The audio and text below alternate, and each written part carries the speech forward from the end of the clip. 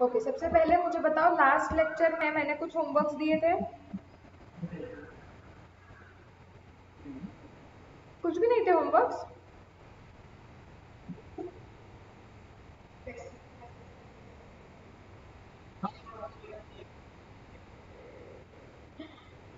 देखो लड़कियों को याद है।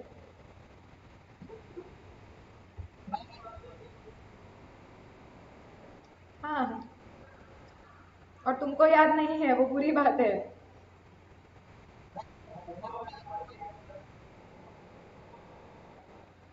दोनों याद होना चाहिए। 16 एंड 19। ओके ठीक है, व्हाट विल डू इज पहले फ्रेश कंसेप्ट सीख लेते हैं, कंसेप्ट पे क्वेश्चन कर लेते हैं और फिर होमवर्क्स चेक करते हैं, ठीक है? फ्रेश फ्रेश कंसेप्ट सीख लो।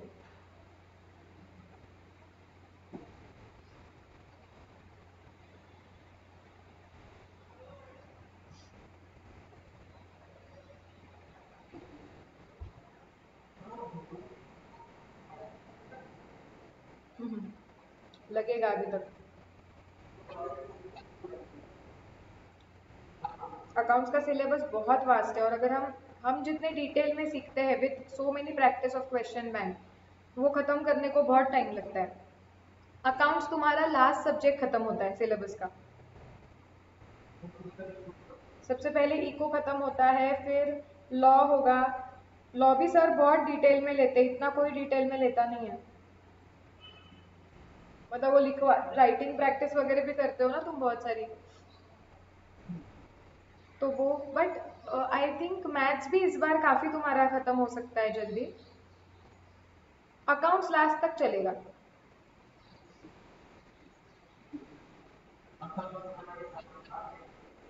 आखिर तक है, सही है।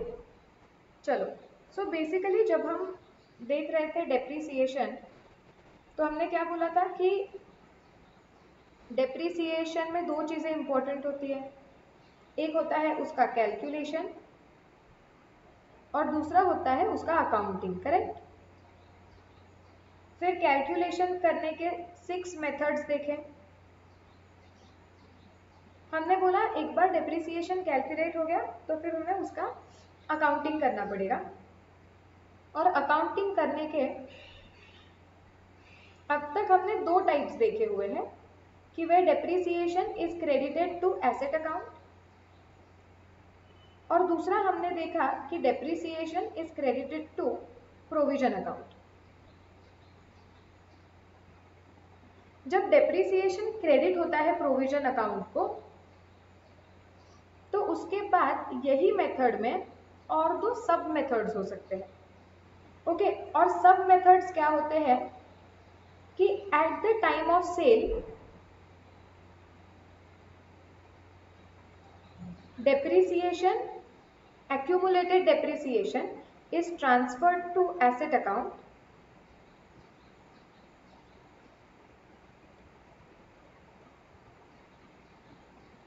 और यहाँ पे at the time of sale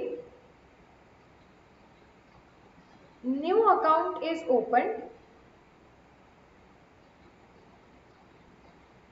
that is disposal account.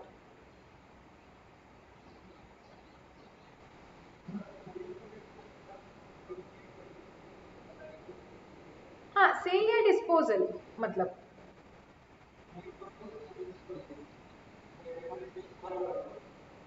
नहीं नहीं, चेंज कैसे होगा? मतलब जब तुमने टोटली एसेट को बेचा नहीं, हमने देखा वो इंश्योरेंस के वक्त भी किया था, बट ठीक है मैं बताती हूँ, वो बाद में लेते हैं कि क्या होगा।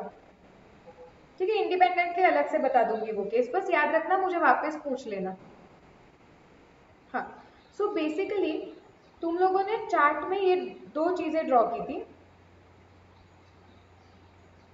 कि अकाउंटिंग करने का दो तरीका है, डेप्रिसिएशन ये एसेट अकाउंट को क्रेडिट करो, या फिर डेप्रिसिएशन ये प्रोविजन अकाउंट को क्रेडिट करो। अगर तुम्हारे पास नीचे जगह होगी तो तुम वहां पे ही ये लिख दो, अगर जगह नहीं होगी तो तुम फ्रेश जो भी तुम्हारा पेज चालू है वहां पे हेडिंग दे दो कि depreciation is credited to provision account, उसे हम डिवाइड बाय 2 पार्ट्स करेंगे। दो पार्ट का अकाउंटिंग का तरीका क्या होता है कि when the asset is sold या डिस्पोज्ड, तभी accumulated depreciation is transferred to asset account. ये मेथड अब तक हमने देखी है।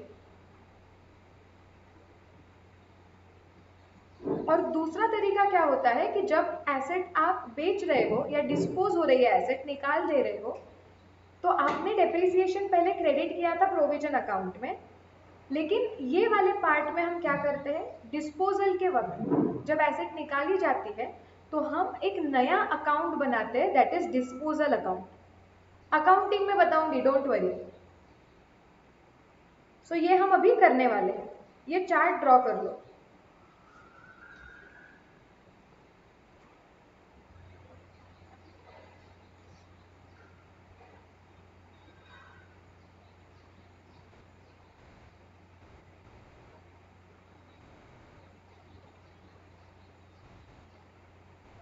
हाँ,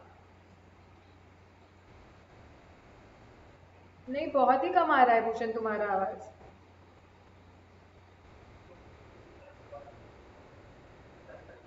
अगर उधर जगह है तुम्हारे पास तो तुम उधर कर लो ड्रॉ, वरना नया ड्रॉ कर लो।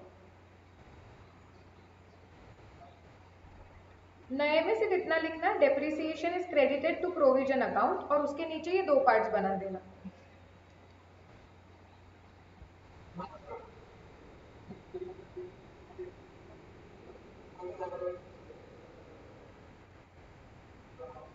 क्या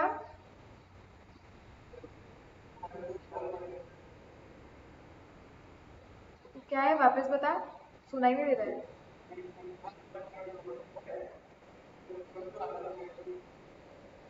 अलग बेनिफिट ऐसा कुछ नहीं है, अकाउंटिंग करने के अलग तरीके हैं, मतलब थोड़ा और क्लैरिटी आ जाता है, थोड़ा और क्या बोलते हैं कि ऑर्गेनाइज तरीके से, और थोड़ा सा अकाउंटिंग होता है, ज्यादा कुछ है नहीं ऐसे।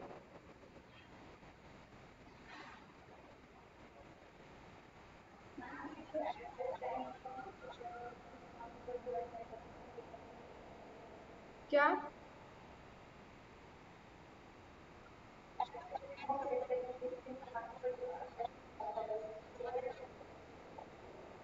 हाँ, करा दिया ना, अब तक तो वही कर रहे थे। प्रोविजन अकाउंट में जब सेल होता है तो तुम नहीं थे क्या पूनम तभी?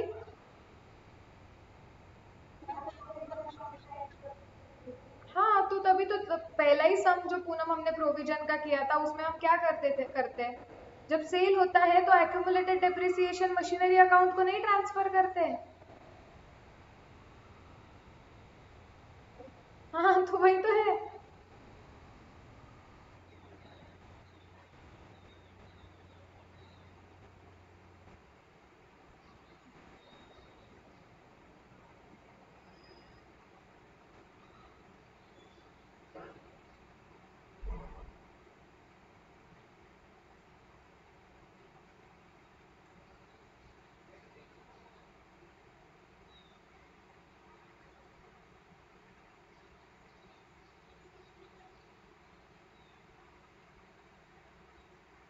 हो गया। यस। अब ये मेथड में क्या है वो देखते हैं, स्लाइट वेरिएशन है, सिर्फ ज्यादा कुछ डिफरेंस नहीं है। चलो यहाँ पे देखते हैं कि क्या है।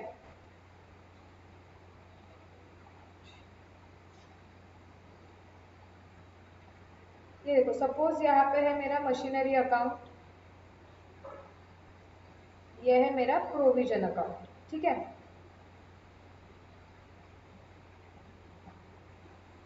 ईयर वन में मैंने मशीनरी खरीदी, लेट से 100 की, so to bank account. Year one में सपोज मेरा उस पर डेप्रिसिएशन लगा 10 का, तो वो depreciation account debit to provision account आ जाएगा 10। यस, ईयर वन क्लोज हो जाएगा।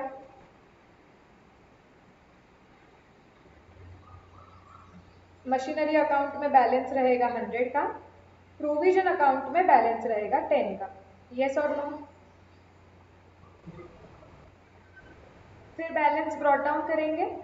ईयर नंबर 2 में यहाँ पे बैलेंस ब्रॉट डाउन करके आ जाएगा 100, यहाँ पे बैलेंस ब्रॉट डाउन करके आ जाएगा 10।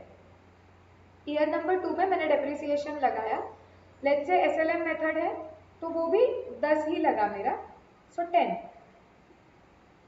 सो ईयर नंबर 2 भी खत्म हो गया। एसेट अकाउंट तो यहाँ पे कॉस्ट पे ही दिखता रहता है, तो ये 100 पे ही दिखेगा।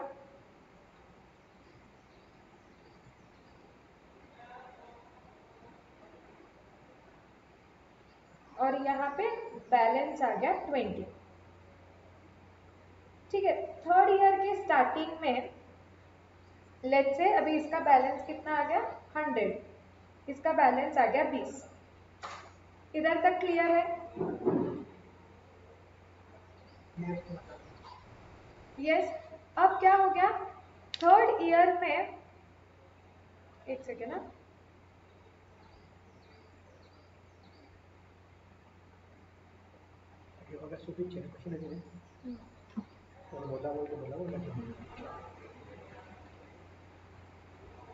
ओके।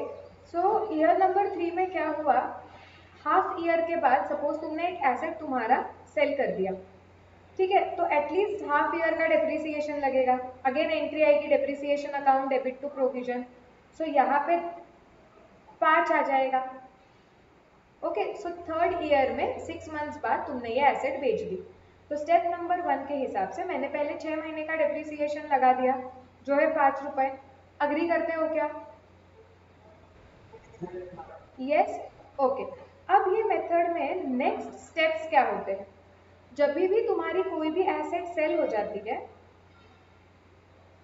तो इस मेथड में अब सेल हो गया तो तुम एक नया अकाउंट बनाओगे which is disposal account. Okay, see हमें क्या चाहिए होता है जब हम सेल की एंट्री मारते हैं, हमें एक अकाउंट चाहिए जिसमें एसेट की value as on date of sale दिखे।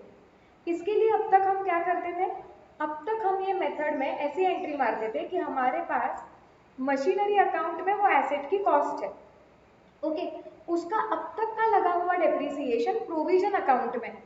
हमें कॉस्ट और डेप्रिसिएशन ये एक ही अकाउंट में चाहिए ताकि वो एसेट की value as on the date of sale एक ही अकाउंट में कोई दिखे, तो हम एंट्री बराबर से मार पाएंगे सेल की। इसकी वजह से हम क्या करते थे, प्रोविजन अकाउंट में जितना भी अब तक का डेप्रिसिएशन जमा होता था वो मशीनरी अकाउंट में ट्रांसफर करते थे और फिर सेल की एंट्री मारते थे। डिस्पोजल मेथड में हम क्या करते हैं, जब आप आपकी कोई भी एसेट सेल करते हो तो वो एसेट का आपका जो कॉस्ट है वो मशीनरी अकाउंट में पड़ा होता है, तो वो कॉस्ट आप मशीनरी अकाउंट में से निकाल के डिस्पोजल अकाउंट में ट्रांसफर करोगे। मतलब आप एंट्री क्या मारोगे, disposal account debit to asset account. So your first entry will be, तो ये कलर बहुत डेंजर दिखता है,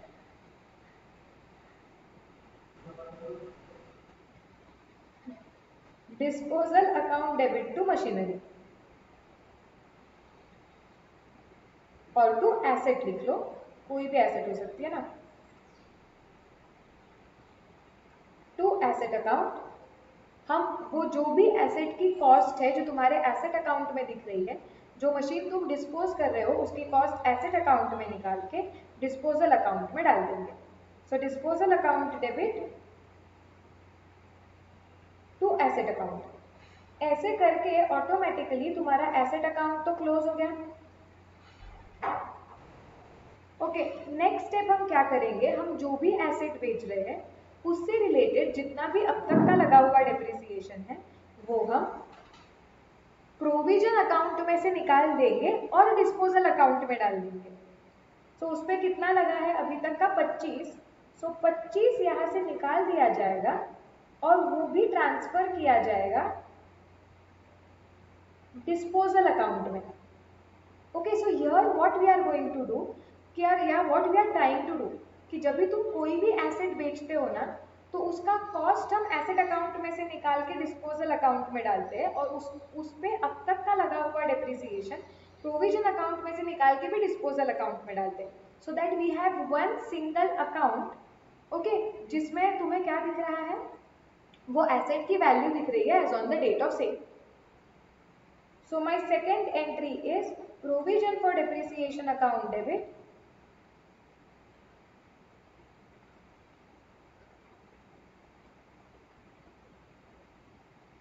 to disposal account.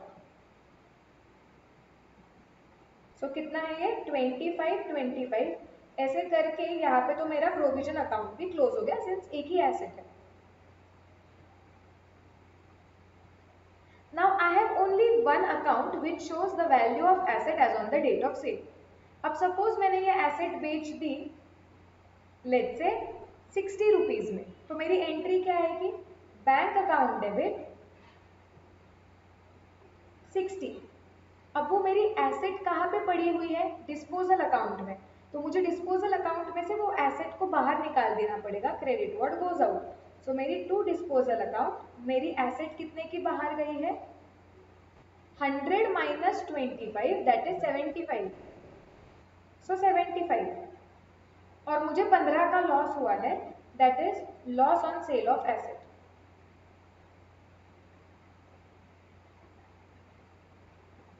That is 15। Clear?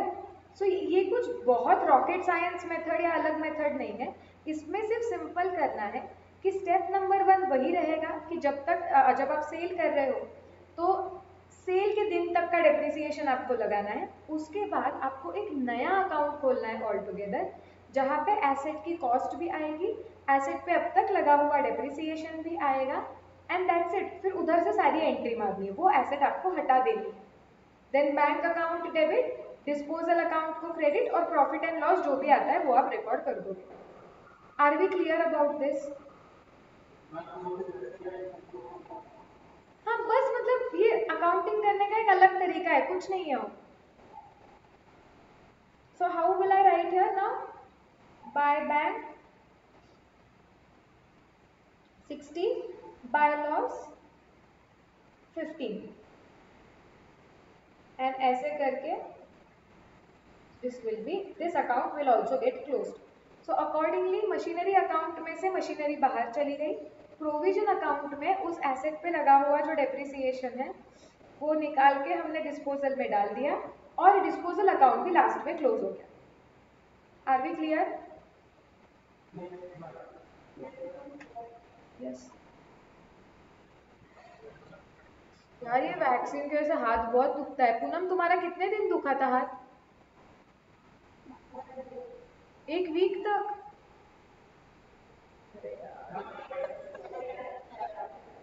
हाँ, बहुत हालत खराब होती है मेरी भी। मुझे तो कल बुखार भी था और उठने को ही नहीं हो रहा था मुझे तो। हाँ। अच्छा, तुम्हें ये लगवाना पड़ा था? बाप रे, क्यों इतना?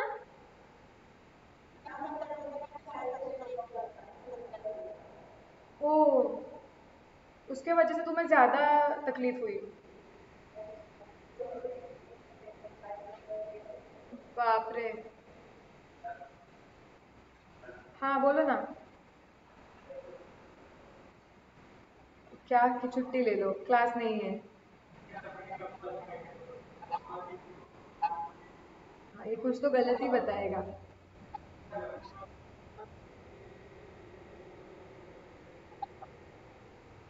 एनेस्थेशिया?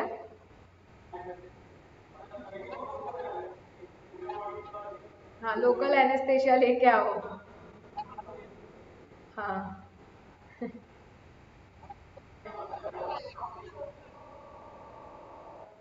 हाँ, बिल्कुल ही काम नहीं करेगा, थोड़ा तो कर रहा है वो भी नहीं करेगा।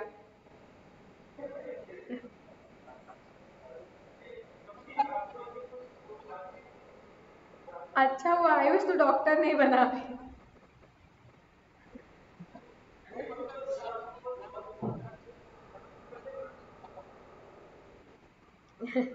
चलो ये एग्जाम्पल लिख लो, ऐसे ही लिखो, और एंट्रीज भी लिखो।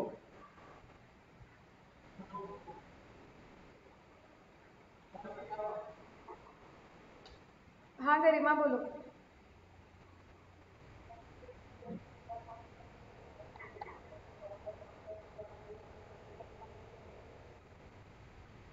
हाँ, अभी मशीनरी में आएगा ही नहीं वो, क्योंकि मशीनरी का से ऑलरेडी ट्रांसफर हो चुका है। हाँ भूषण, हेडिंग क्या लिखोगे तुम? Disposal method.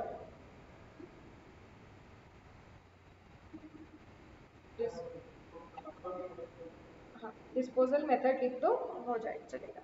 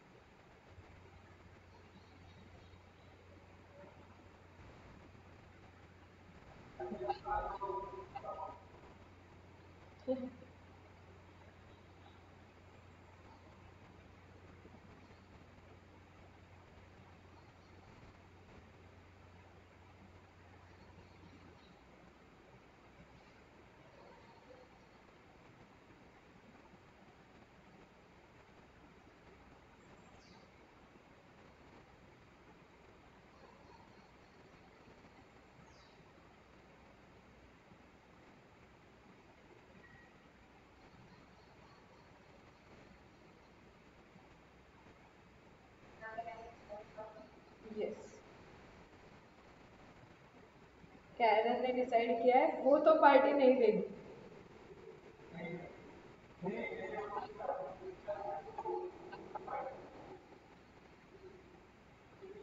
जिसका लास्ट होगा उसे मैम पार्टी देंगे। वाह। भाई मुझे कोई खुशी नहीं है वैक्सीन लेके, मैं सच बोल रही हूँ।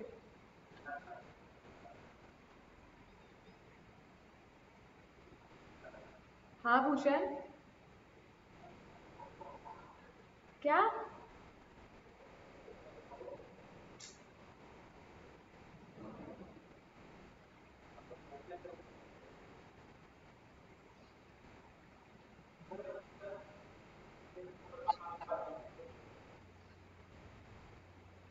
लो सब खुश रहो।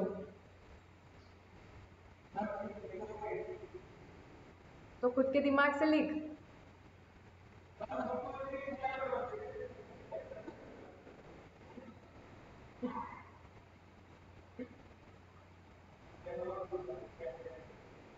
क्योंकि क्योंकि अब मैंने तुझे 4 साल से पढ़ाया, अभी you are taken for granted.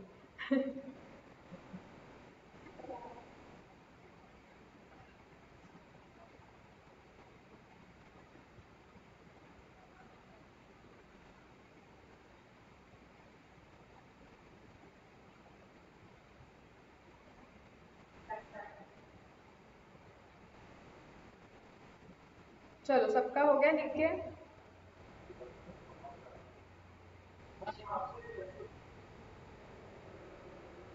वो बिना बड़बड़ किए लिखते हैं, इसके लिए उनका पटपट होता है।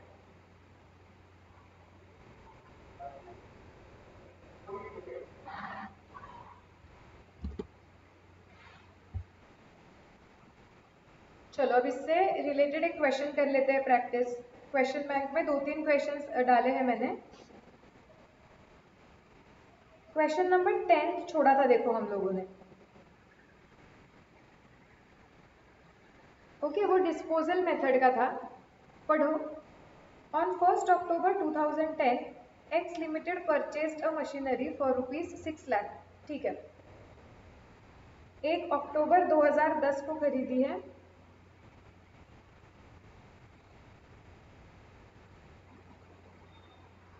6 लाख की। On 31st May 2012, a part of the machinery, okay, so a part of the machinery which was purchased on 1 October 2010 for 80,000 was sold for 30,000. Okay. On the same date, a fresh machinery was purchased for ₹1,50,000. Depreciation is provided at 20% per annum on return down value method, and the books are closed on 31st March each year. Okay, you are required to prepare machinery account, provision for depreciation account and disposal account. तो फटाफट 3 accounts के format draw करो। ये अच्छा question है, थोड़ा tricky है। Unfortunately I can not solve it in Excel. मैं इस पे ही ड्रॉ करती हूँ, मेरा हाथ उधर तक जाएगा ही नहीं। सो मैं यहाँ पे ही सॉल्व करती हूँ, तो प्लीज़ मेरे प्रेजेंटेशन के साथ थोड़ा बेयर करना।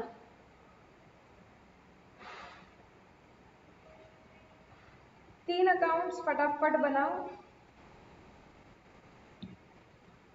मशीनरी अकाउंट एक, प्रोविजन दूसरा,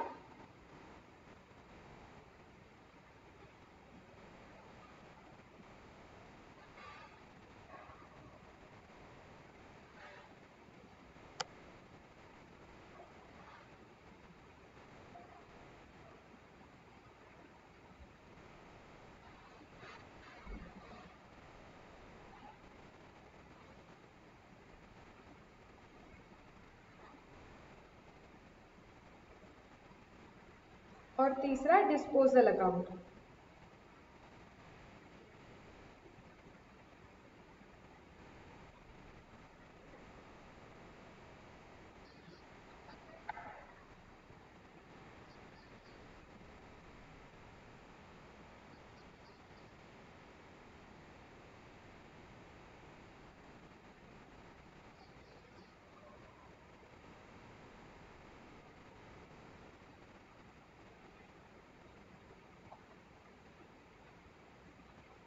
करेक्ट हेडिंग्स दे दो। In the books of, date, particulars, LF amount, JF amount, sorry, provision for depreciation account and disposal account.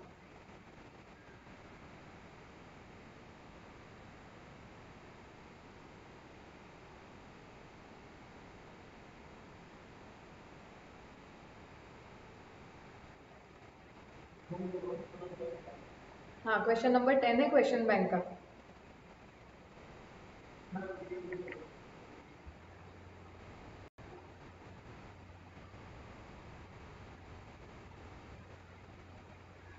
In the books of वो भी लिख दो।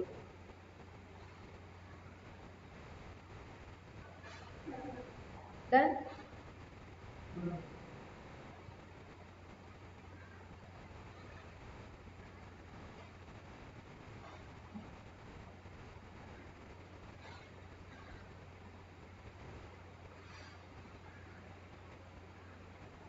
तुम्हारे कोई तो एक सब्सिडियरी बुक्स के पेपर चेक करके आए हैं 2 दिन पहले, मैं आज अपलोड कर दूंगी, ठीक है।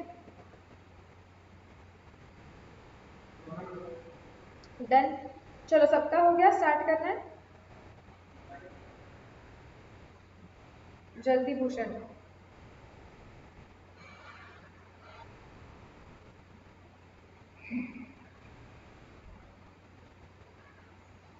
ऑन 1 अक्टूबर 2010, एक तो 31 मार्च ईच ईयर क्लोज होता है बुक्स। पूनम कब क्लोज होता है?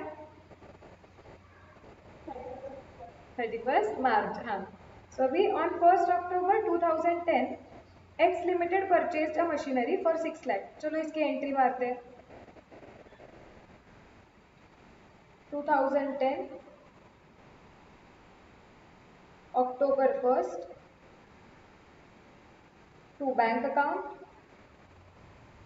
6 लाख। मैंने तुम्हें बताया है कि जब WDV मेथड होता है ना, और मल्टीपल एसेट्स अगर तुम्हारे पास है, देखो मल्टीपल एसेट्स है क्या, ये एक एसेट है,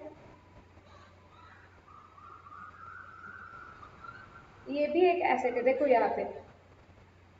तो इट इज बेटर कि WDV मेथड में तुम वर्किंग नोट बनाते जाओ। तुम यहाँ पे वर्किंग नोट बना लेते हैं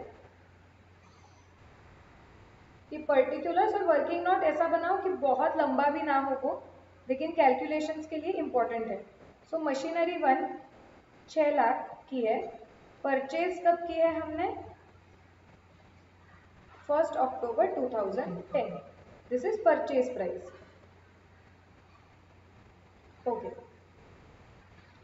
ठीक है, लिख दिया। चलो अभी नेक्स्ट क्या बोला है उन्होंने, नेक्स्ट ट्रांजैक्शन कब हो रहा है? ऑन 31 मई 2012। क्या इस साल का पार्ट है क्या वो? नो। ओके, सो मुझे इस साल को क्लोज करना पड़ेगा डेप्रिसिएशन लगा के, करेक्ट। तो इसका डेप्रिसिएशन कितना है 20% per annum WDV method. Depreciation calculate करके बताओ कितना आएगा।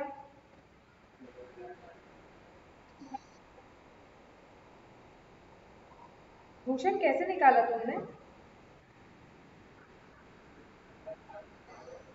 लेकिन 1 अक्टूबर को बाय किया है ना, क्यों इतना घाई करते हो? डेप्रिसिएशन के वक्त डेट्स इंपॉर्टेंट होते हैं ना।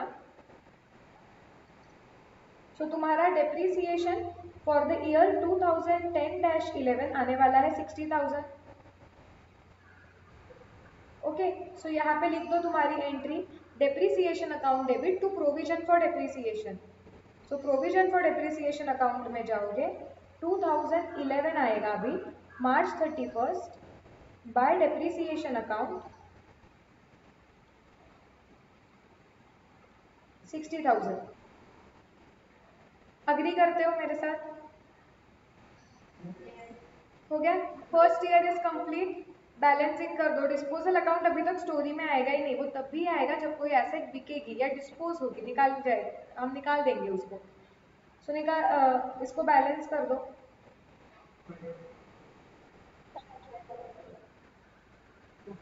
कैसे 5,40,000? तुम लोगों ने डेप्रिसिएशन एसेट अकाउंट में डाला।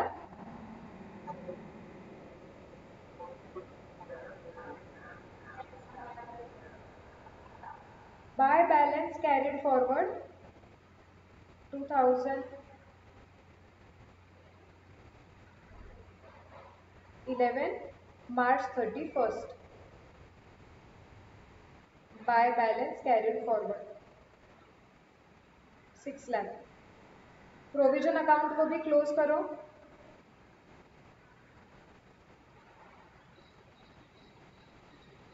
$60,000 2011 March 31st to balance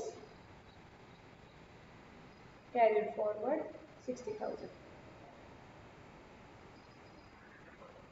balance brought down कर दो 2011 April 1st to balance brought down, यहाँ पे 6 लाख और वहाँ पे by balance brought down 2011 April 1st by balance brought down 60,000। हो गया इधर तक complete? So everybody first year is done. अब ट्रांजैक्शन देखो नेक्स्ट कब हुआ है, वापस एक बार ऑन 31st May 2012। इस साल का पार्ट है क्या वो? नो। सो अगेन इस साल कोई ट्रांजैक्शन ही नहीं है, हमें नॉर्मल डेप्रिसिएशन लगाना होगा और क्लोज कर देने पड़ेंगे अकाउंट्स। सिंस ये WDV मेथड है, जल्दी में कोई मिस्टेक ना हो इसके लिए हमने वर्किंग नोट बनाया हुआ है। 6 लाख माइनस 60,000, उसका WDV आया हुआ है 5,40,000। This is WDV as on 1st April 11। अब इस पे हम डेप्रिसिएशन लगाएंगे 11-12 का। अब इस पे लगाते वक्त पूरे साल भर का डेप्रिसिएशन लगेगा, वो है 20%। So into 20% which is 1,08,000। Okay, वापस एंट्री क्या आने वाली है, depreciation account debit to provision for depreciation. So provision account में जाओ, वहां पे अभी हम लिख देंगे कि 2012 आ गया, March 31st आ गया, बाय डेप्रिसिएशन अकाउंट 1,08,000। ये अकाउंट क्लोज कर दो अभी।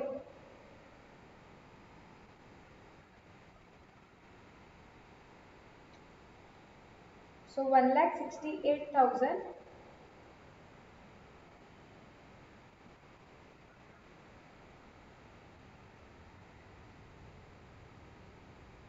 बोलेंगे 2012 March 31st to balance carried forward 1,68,000। वैसे ही मशीनरी अकाउंट को क्लोज कर दो।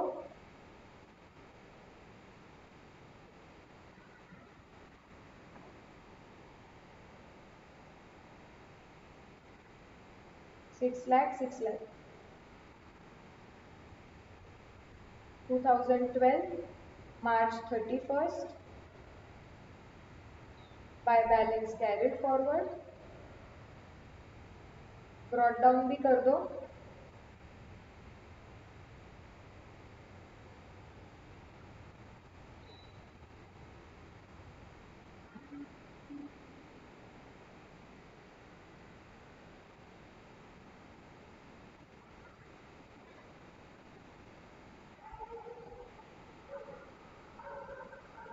प्रोविजन का भी ब्रॉट डाउन कर देना।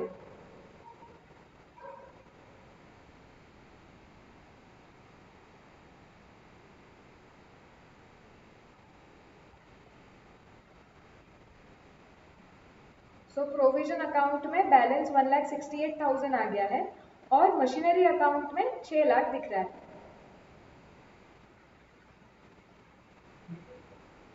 हो गया सबका इधर तक? यस। अब हम देखते हैं कि एटलीस्ट नेक्स्ट ट्रांजैक्शन इस ईयर में तो आ रहा है क्या। वो क्या बोल रहे हैं, on 31st May 2012 a part of the machinery purchased on 1st October। So on 31st May 2012, क्या ये इस साल का ही है क्या? यस, हम अप्रैल 12 में है तो मई 12 इसी साल में आने वाला है, 12-13 हमारा ईयर है। तो इसमें वो क्या बोल रहे हैं, a part of machinery purchased on 1st October 2010। मतलब 1st October 2010 में हमने जो मशीनरी खरीदी थी उसका part, a part of machinery purchased on 1st October 2010 for 80,000, that part was purchased for 80,000। Total machinery 6 lakh थी जिस दिन खरीदी थी, उसमें से जो पार्ट हमने बेचा है उसकी वैल्यू कितनी थी, 80,000, वॉज सोल्ड फॉर 30,000। तो हमने वो वाला पार्ट सेल किया है। ठीक है, मैं हमेशा तुम्हें क्या बोलती हूँ कि जिस साल में अगर तुम्हें ऐसे दिख रहा है कि कोई मशीनरी का पार्ट बेचा गया है तो आइडियली तुमने क्या करना चाहिए, जिस साल में सेल हो रहा है उसके पहले दिन पे ही एसेट की वैल्यू स्प्लिट कर देनी चाहिए। ओके सी, अभी इसकी वैल्यू कितनी आ रही है, 5,40,000 माइनस 1,08,000, सो दिस इज 4,32,000। ये क्या है, WDV as on 1st April 12, बराबर। और क्या करना चाहिए आपने, हमें पता है कि 12-13 में इसमें से जो एक पार्ट है वो बेचा जाने वाला है और जो एक कुछ पार्ट है वो कंटिन्यू होने वाला है। तो जब ऐसे एक मशीनरी के हिस्से किए जाते हैं तो तुम क्या करते जाओ कि जो ईयर है, ओके जैसे हमारा ईयर क्या है, 12-13 में अगर वो मशीनरी के पार्ट्स किए जा रहे हैं और हर एक पार्ट की अलग ट्रीटमेंट है, तो आप वो साल के पहले दिन पे ही इस 4,32,000 को स्प्लिट कर दो। जो पार्ट सेल हुआ है उसका अलग ट्रीटमेंट करेंगे और जो पार्ट कंटिन्यू किया है यूज करना उसका अलग ट्रीटमेंट करेंगे। अब मुझे बताओ कि ये जो 4,32,000 है उसमें से जो पार्ट बेचा हुआ है उसकी वैल्यू कितनी है, वो निकालने का आपके पास दो तरीके हैं। आप कैसे कर सकते हो, आपको पता है कि वो पार्ट का ओरिजिनल कॉस्ट 80,000 था, यस। जब खरीदा था तो वो पार्ट 80,000 में खरीदा था, यस और no, everybody agrees. So I can say कि उसकी आज की वैल्यू कितनी है, मैं निकाल सकती हूँ WDV कि पहले साल में 10% डेप्रिसिएशन लगा सिंस 6 मंथ्स का, तो 72,000 वैल्यू हो गई, और दूसरे साल में पूरा डेप्रिसिएशन लगा -20%, so that is 57,600 is the WDV of the part which is sold, yes और नो। सब खुद निकालो कैलकुलेटर पे, 57,600 आ रहा है क्या?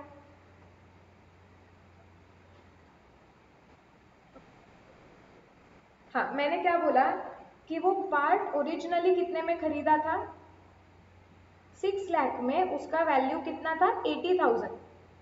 सो अगर मैं उसकी आज की वैल्यू निकाल रही हूँ, that is value as on 1 April 2012, तो कितनी आएगी? 80,000 minus first year's depreciation of 10%, क्योंकि पहले साल में वो सिर्फ 6 महीने के लिए था, माइनस 20% सेकेंड ईयर का डेप्रिसिएशन, तो 57,600। यस, इसे निकालने का और एक तरीका है, मैं कैसे निकाल सकती हूँ? I can calculate the percentage of the asset, मतलब वो जो पार्ट है वो 6 लाख में से 80,000 था, मतलब 80,000 divided by 6 lakh into 100, so that part is 13.33% of my entire asset. So मैं ऐसे कर सकती हूँ 4,32,000 into 13.3333%. So into 4,32,000, it still will come out to be 5,76,000. समझा क्या?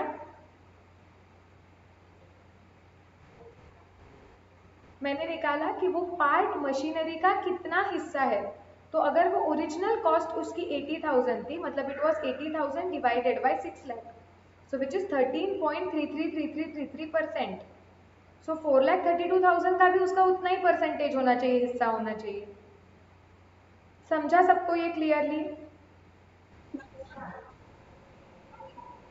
क्या वो डिपेंड करेगा, सेकेंड मेथड से आंसर फटाफट आ सकता है अगर बहुत सारे ईयर्स हो गए हैं, एक्चुअली 4th-5th ईयर पे हो तुम, तो सेकेंड मेथड से आंसर फटाक से आ सकता है। बट अगेन तुम्हें एग्जाम के लिए जो समझने में इजी जाता है तुम वो भी ले सकते हो। सो अभी 4,32,000 माइनस 57,600, मतलब यहाँ पे आएगा 3,74,400। WDV मेथड में इन्हें स्प्लिट करना क्यों जरूरी होता है? क्योंकि तुम्हारा डेप्रिसिएशन इस पे कैलकुलेट होता है, ये वैल्यू पे। इसके लिए अगर तुम्हें पता है कि तुम्हारे इस साल में ये मशीनरी के पार्ट्स के अलग ट्रीटमेंट होने वाले हैं, then this is very important step कि साल के पहले दिन में तुम WDV स्प्लिट ऑफ कर दो, ताकि तुम्हें इस साल यूज्ड पार्ट को अलग ट्रीटमेंट देने में काम में आएगा और सोल्ड को अलग treatment. This is the most important step, you should know that ये स्प्लिट करना है। एंड WDV मेथड में तो ये एक्सट्रीमली इंपॉर्टेंट है, क्योंकि इस पे आगे का डेप्रिसिएशन WDV पे कैलकुलेट होता है। आर वी क्लियर इधर तक? अब मैं आगे जाऊँ थोड़ा। Yes, the part which is sold वो कब बेचा गया है? 31st मई, राइट? सो हमारा जो नॉर्मल प्रोसेस है वो तो फॉलो करना पड़ेगा, वो पार्ट पे अप्रैल और मई महीने का डेप्रिसिएशन लगेगा। सो हम यहाँ पे लिखेंगे डेप्रिसिएशन फॉर 2 मंथ्स, कितना आएगा? 57,600 into 20% divide by 12 into 2, that is 1920। अब पहले हम क्या करेंगे, हम 1920 की एंट्री मार देंगे, that is depreciation account debit to provision for depreciation. So provision account में जाओ और यहाँ पे May 31st लिखोगे, बाय डेप्रिसिएशन अकाउंट, एक मिनट, 1920, हाँ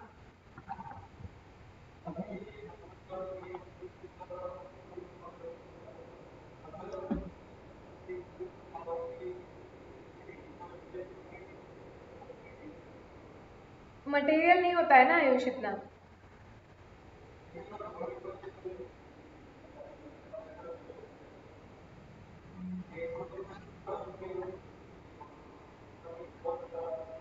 हो सकता है ना, लेकिन फिर उस केस में उनका बिजनेस ओवरऑल ही उतना बड़ा होगा, फिर एक दिन का इतना मटेरियल नहीं होता है। और हम देख सकते हैं अगर if it is practically possible to know when exactly it is sold, तो वो एक ऑडिटर अपना कॉल ले लेगा अकाउंटेंट कि कौन से दिन पकड़ना है और कौन सा नहीं। क्या? हाँ हाँ, ये कैलकुलेट करना तो बहुत इजी होता है, लेकिन वो पकड़ना है कि नहीं पकड़ना है वो तुम्हें वो क्लाइंट को पूछ के ही थोड़ा कॉल लेना पड़ेगा फिर।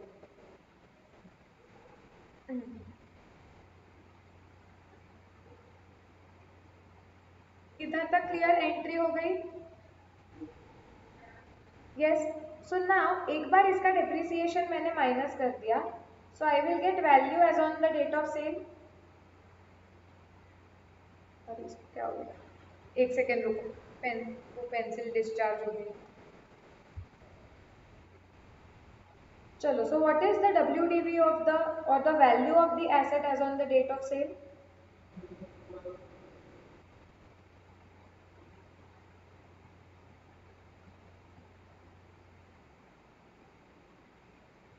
57,600 minus 1920, that is 55,680।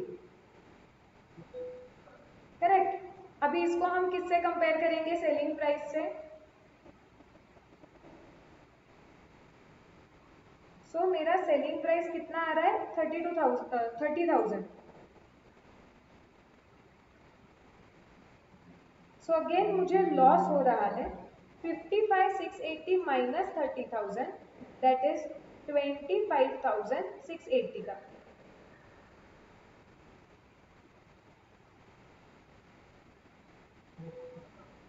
करेक्ट है क्या? इधर तक आ रहा है करेक्ट? अब एंट्री मारनी है। Since here the asset is disposed, निकाल दिया है, बेच दिया है, हम डिस्पोजल अकाउंट बनाएंगे। डिस्पोजल अकाउंट में हम क्या करेंगे, वो एसेट की जो कॉस्ट है, ओरिजिनल कॉस्ट, क्योंकि मशीनरी अकाउंट में उसकी ओरिजिनल कॉस्ट पड़ी हुई है, तो मशीनरी अकाउंट में से उसकी ओरिजिनल कॉस्ट निकाल देंगे और डिस्पोजल में ट्रांसफर करेंगे। उसकी ओरिजिनल कॉस्ट कितनी थी बताओ? 80,000 थी। सो हमारी एंट्री क्या आएगी? Disposal account debit. कब आएगा? 2012 मई महीने में 31st to machinery account.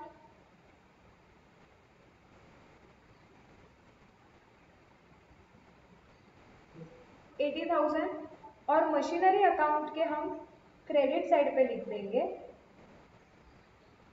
Bye disposal account.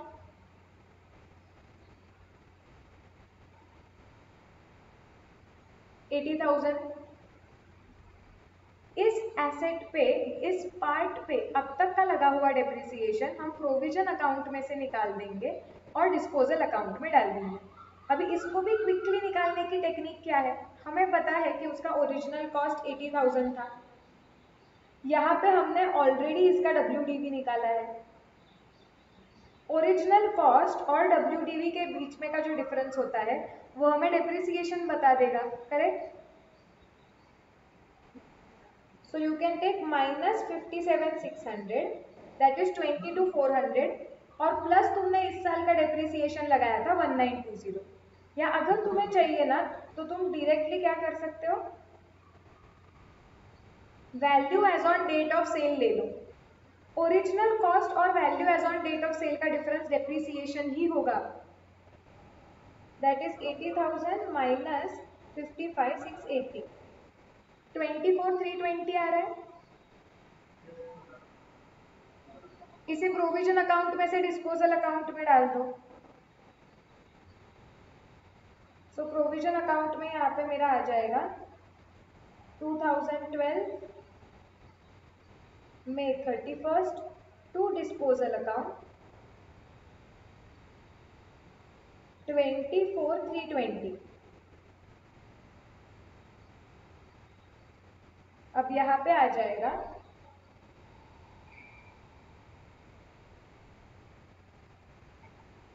Bye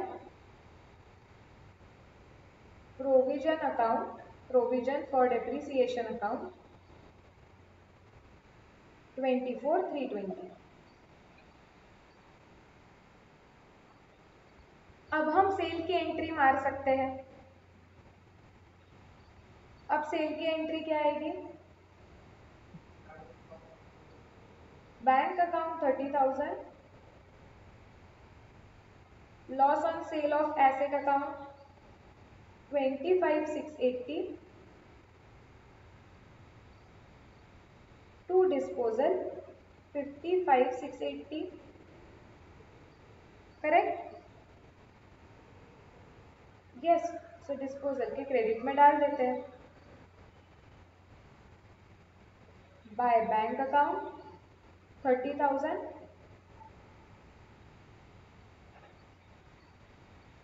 bye loss on sale of asset account,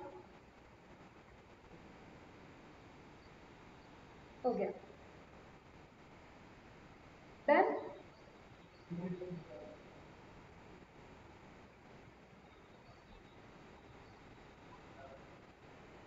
हाँ बोलो।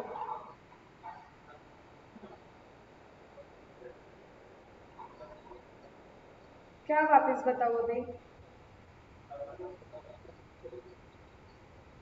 क्या?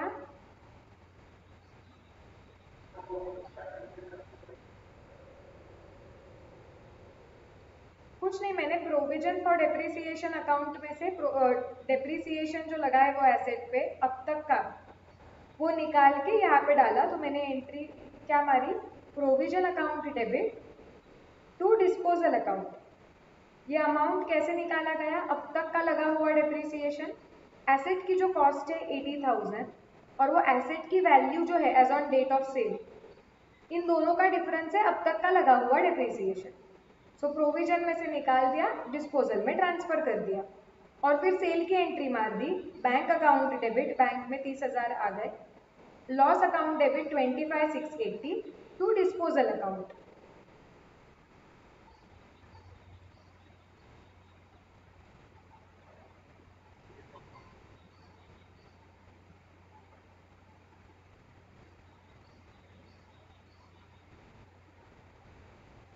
ठीक है, अब देखो क्या हुआ है। और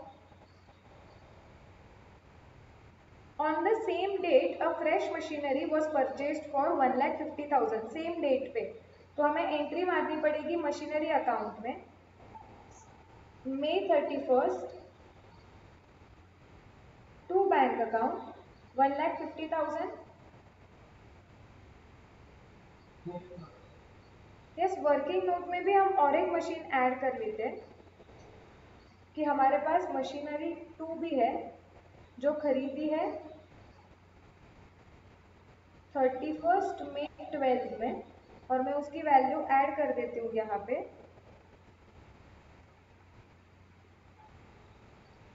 1,50,000 करके।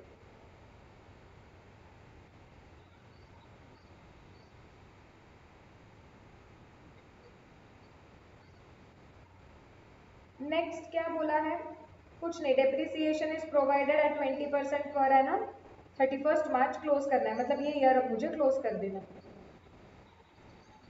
अब ये ईयर क्लोज करने के लिए वर्किंग नोट देखो काम में आएगा। सबसे पहले मशीनरी का वो पार्ट जो हमने बेचा नहीं, वो पूरे साल भर यूज किया है, इस पे हमें डेप्रिसिएशन लगाना पड़ेगा। सो यहाँ पे हमारा डेप्रिसिएशन कितना आएगा?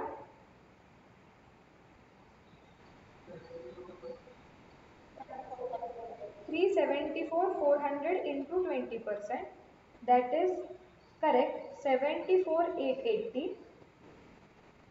और ये 1,50,000 पे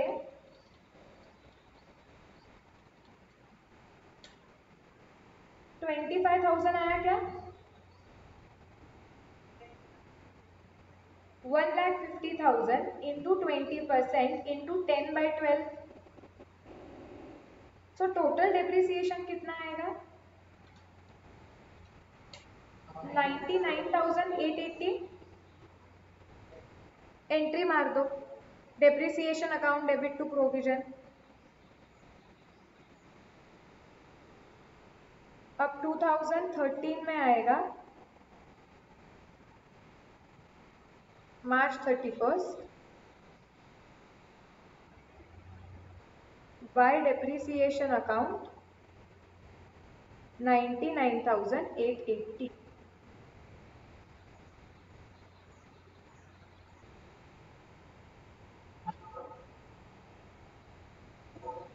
डन। क्लोज कर दो इस ईयर को।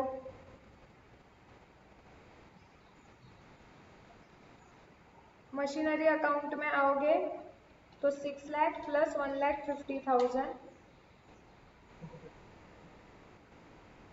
7,50,000 माइनस 80,000, सो 6,70,000 का तुम्हारा बैलेंस है।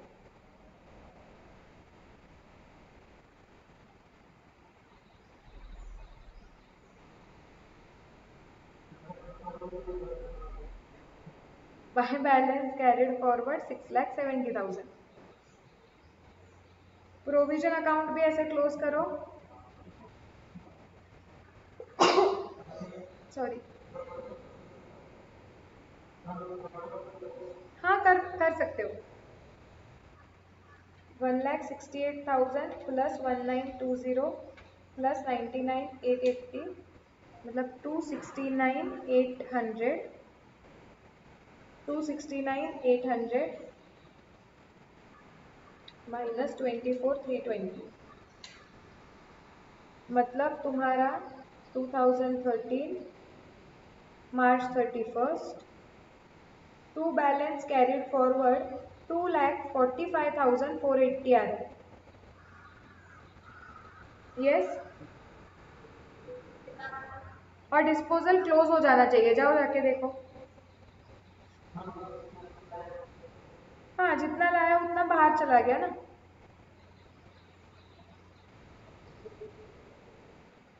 $80,000 ही आएगा उसका टोटल।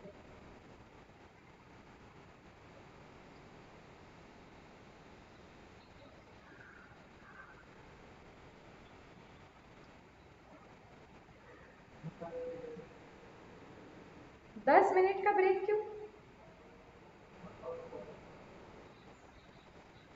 नहीं नहीं, उससे अच्छा और एक सम कर दो, फिर छोड़ ही देती हूँ, ठीक है।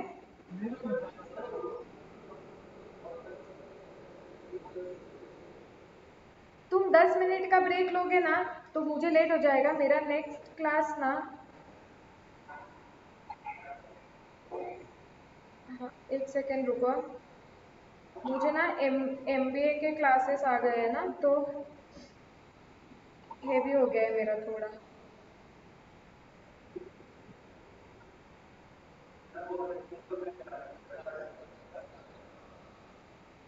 100 का डिफरेंस आना नहीं चाहिए।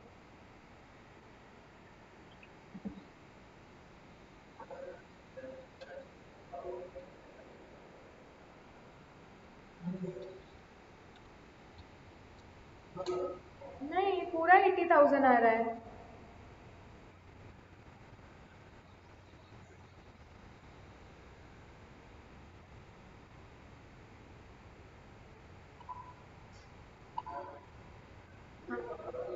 अरे 24,320 प्लस 30,000 प्लस 25,680।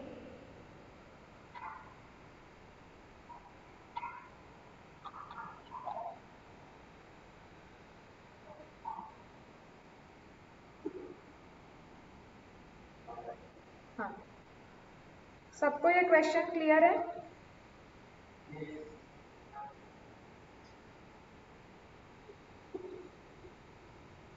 अभी डिस्पोजल का और कौन सा है मुझे देखने को। 17।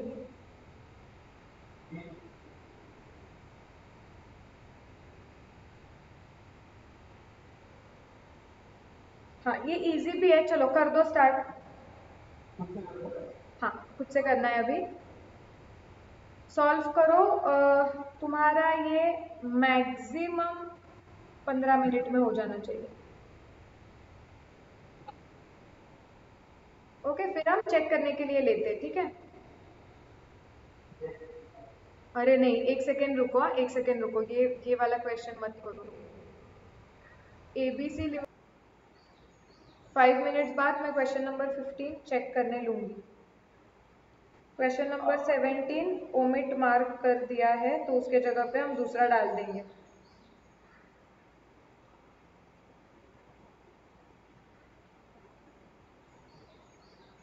लास्ट 5 मिनट्स है, फटाफट कंप्लीट करो। और इसमें डिस्पोजल अकाउंट भी ड्रॉ कर रहे हो, आई होप। अरे यार तू बना था। आयुष, तेरे टोन से ही मुझे समझ रहा है तू झूठ बोल रहा है।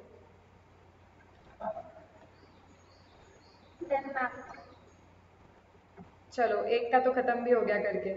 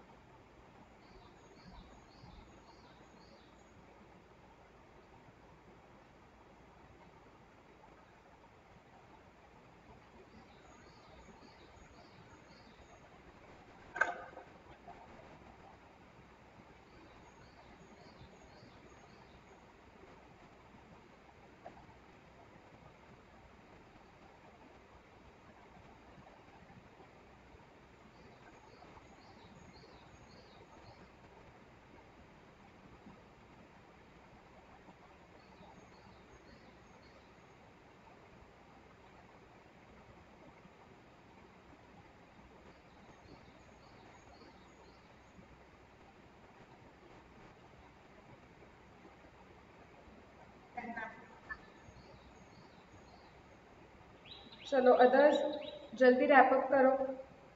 मैम एक तो हो गया बाकी रैट से क्या पता।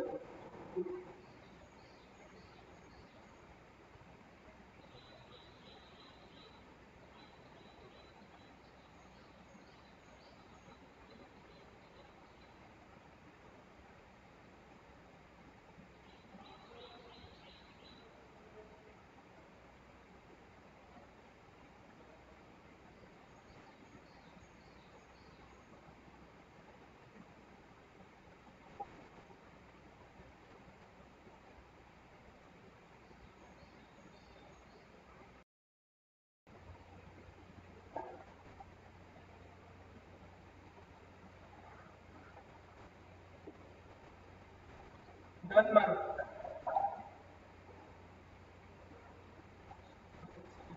चलो, सबका हो गया है ना? मैम 2 मिनट तक। नहीं, अब मैं स्टार्ट कर रही हूँ। अब मेजॉरिटी लोगों का हो गया है। अब तुम लोगों को स्पीड बढ़ाना पड़ेगा, चैप्टर्स भी काफ़ी हो चुके हैं। अब मैं नहीं वेट करने वाली हूँ। एग्जाम में क्या करोगे? On 1st August 2010, Hindustan Toys Limited purchased a plant for 12 lakh. Firm rights of depreciation at 10% diminishing balance, and the books are closed on 31st March each year. 1st July 12, a part of the plant, of which the original cost was 1,80,000, okay, was sold for 1 lakh. And on the same date, a new plant was purchased for 4 lakh. Show plant account and provision for depreciation account and disposal account है for 3 years ending 31st March 13. एकदम similar था जो हमने जैसे अभी किया था उससे। क्या बोला है? ऑन 1st August 10 तुमने 12 लाख का प्लांट खरीदा है, तो आई होप प्लांट अकाउंट के डेबिट साइड पे तुमने लिख दिया होगा to bank account 12 lakh. Yes, तुम्हारा ये है 2000, क्या था वो, 10 August 1st। ओके, नाउ ये एक ही प्लांट है, इस साल में बाकी कुछ नहीं हुआ है। तुमने उस पर डेप्रिसिएशन लगाया होगा, तुम्हें चाहिए तो तुम वर्किंग नोट यहाँ पे बना सकते हो।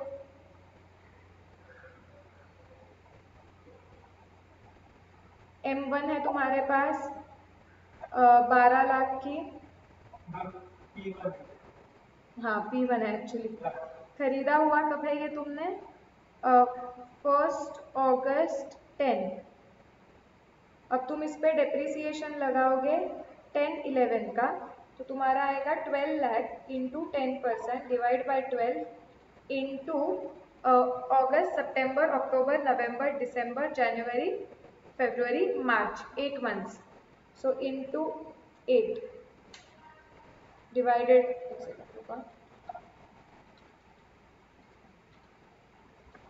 80,000 आया क्या? यस। सो 11,20,000 इसका WTV है।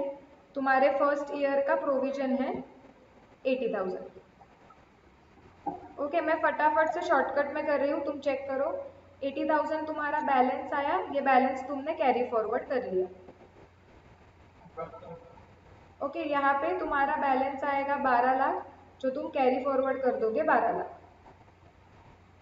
तुम्हारा यहाँ पे डेट आ गया April 1st 2011, और यहाँ पे भी तुम्हारा डेट वही है 2011 April 1st।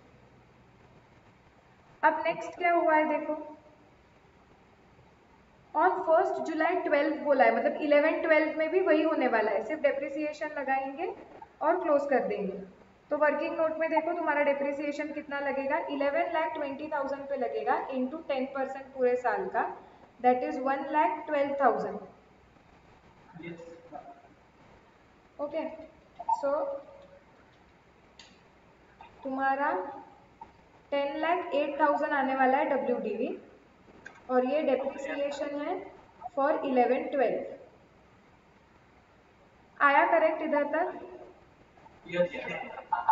So here it is 1,12,000,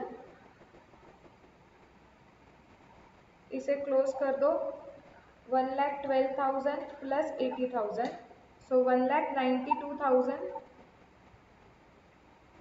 तुम्हारा बैलेंस होगा, जो तुम्हारा 2012 April 1st में ब्रॉट डाउन होगा 1,92,000। और ये तो कुछ नहीं, ये अपना 12 लाख पे ही चलते रहेगा। और ये आ गया 2012 April 1st। ठीक है, चलो अब अभी बोला है 1st जुलाई ना, 1st जुलाई 12 पे तुम क्या करने वाले हो, a part of the plant है, तो उसके वजह से आप पहले ही उसको स्प्लिट ऑफ कर दो। A part of plant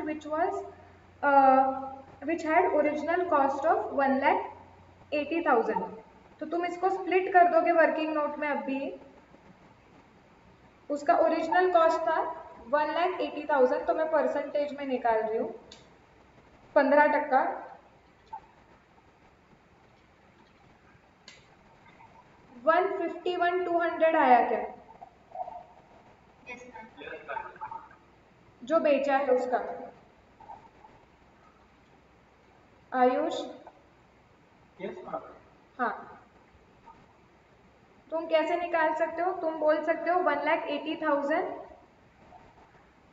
so 1,80,000 of 12 lakhs is 15%, तो तुम 10,08,000 का 15% निकाल सकते हो, या तुम 1,80,000 को डेप्रिशिएट कर करके कितनी वैल्यू आ रही है वो भी निकाल सकते हो, सेम ही आएगा तुम्हारा।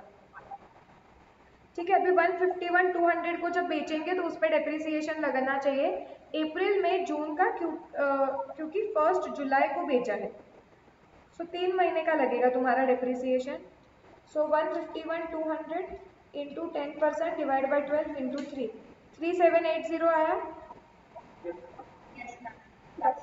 तो पहले तुम इसकी एंट्री मार दोगे,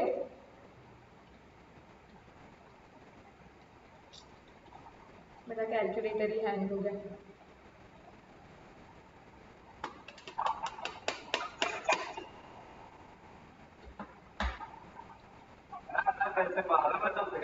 हो गया, चलने लगा।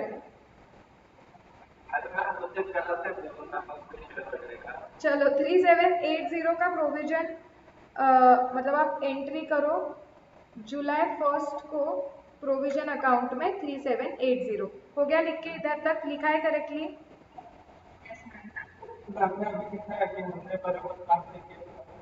हाँ, तुम्हारे साथ भी यही होगा।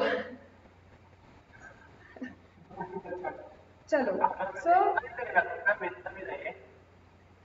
सुनो सुनो, अभी 1,80,000 का जो खरीदा हुआ था, अभी हमें डिस्पोजल में ट्रांसफर करना पड़ेगा, तो तुम क्या करोगे, मशीनरी अकाउंट में से 1,80,000 निकाल दोगे, disposal account debit to machinery या प्लांट अकाउंट 1,80,000।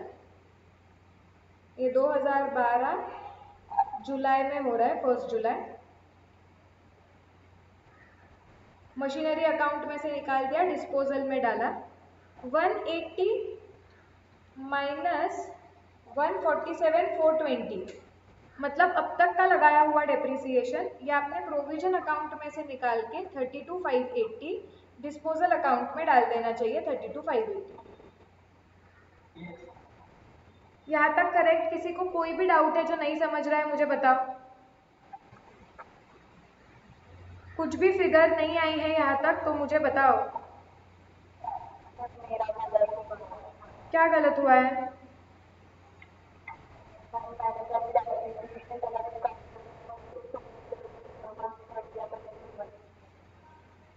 पहले डेप्रिसिएशन गलत निकाला था कहीं तो, और फिर ये सोल्ड में भी 4 मंथ्स ले लिए थे।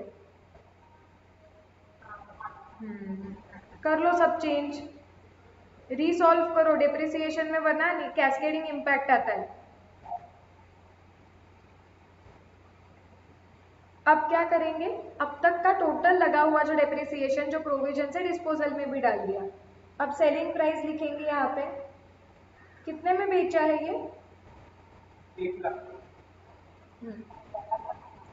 1 लाख, मतलब लॉस हो रहा है 47,420 का।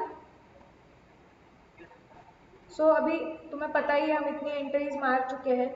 यहाँ पे बाय बैंक आएगा 1 लाख का, और bye loss on sale of asset आएगा 47,420। एंट्रीज क्लियर सब लोगों को? Yes, okay. अब क्या बोला है और क्या हो रहा है? सेम डेट 4 लाख का एक प्लांट खरीदा है।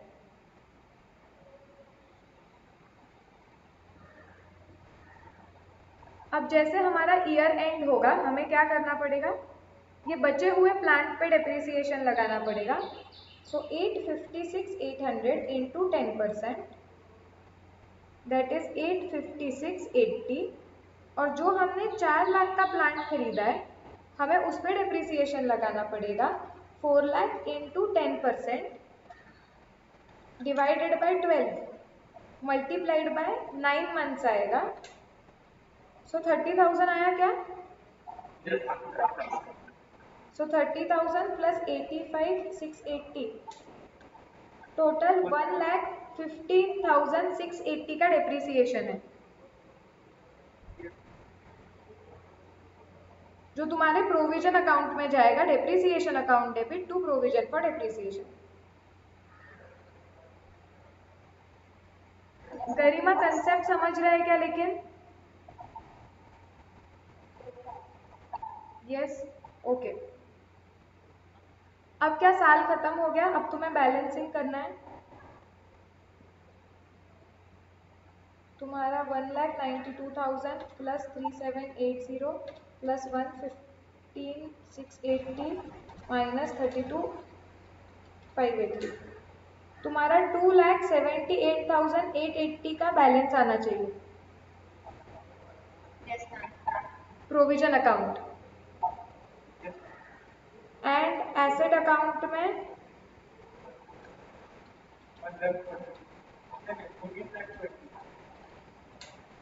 14,20,000। डिस्पोजल अकाउंट कंपलसरी क्लोज ही होना चाहिए 1,80,000 से।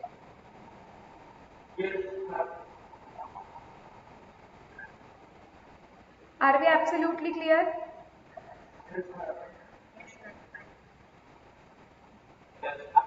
यस। सो आई गेस हमारी पूरी क्वेश्चन बैंक खत्म हो चुकी है। वो 17th वाला क्वेश्चन छोड़ के 1 2 3 4 5 6 7 8 9 10 11 12 13, हाँ 13 भी क्लास वर्क लिखा है, मतलब हो गया है लगता है। हो गया है ना 13?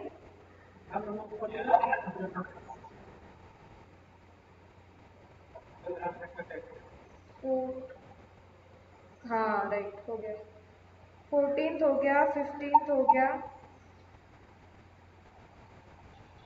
सिर्फ होमवर्क चेक करना है 16th मुझे, 17th तो ओमिट है, और 19th कल मैं होमवर्क चेक कर लूँगी। 16th और 19th मतलब क्वेश्चन बैंक पूरी खत्म हो गई, फिर हम मॉड्यूल पे जाएंगे। कंसेप्ट अब सारे हो चुके हैं, मतलब बेसिक वाले।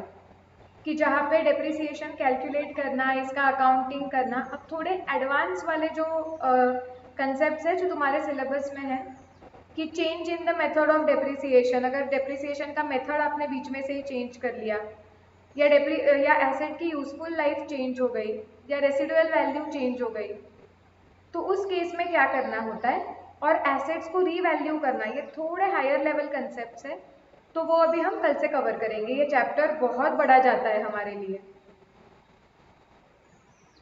ठीक है, तो let's try to finish this chapter as. हाँ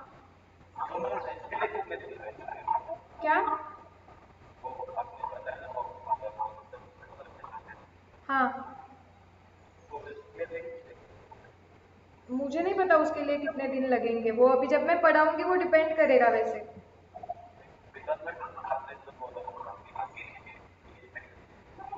हाँ, तब मैं एक्स्ट्रा 2 दिन में नहीं ले पाई ना बीच में, लेकिन भूषण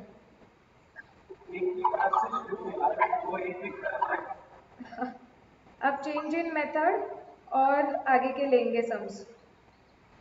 ये देखो मॉड्यूल में तो इतने फास्ट खत्म हो जाएगा, लेकिन हम रिस्क नहीं ले सकते। बहुत है बहुत नहीं है, मतलब 90% of your chapter is over. ठीक है, अब सिर्फ छोटे छोटे उसमें चेंजेस है थोड़े। चलो, so see you tomorrow again, same time 10 बजे ही। यस, आज इधर ही स्टॉप कर लेंगे, ठीक है। चलो, बाय बाय।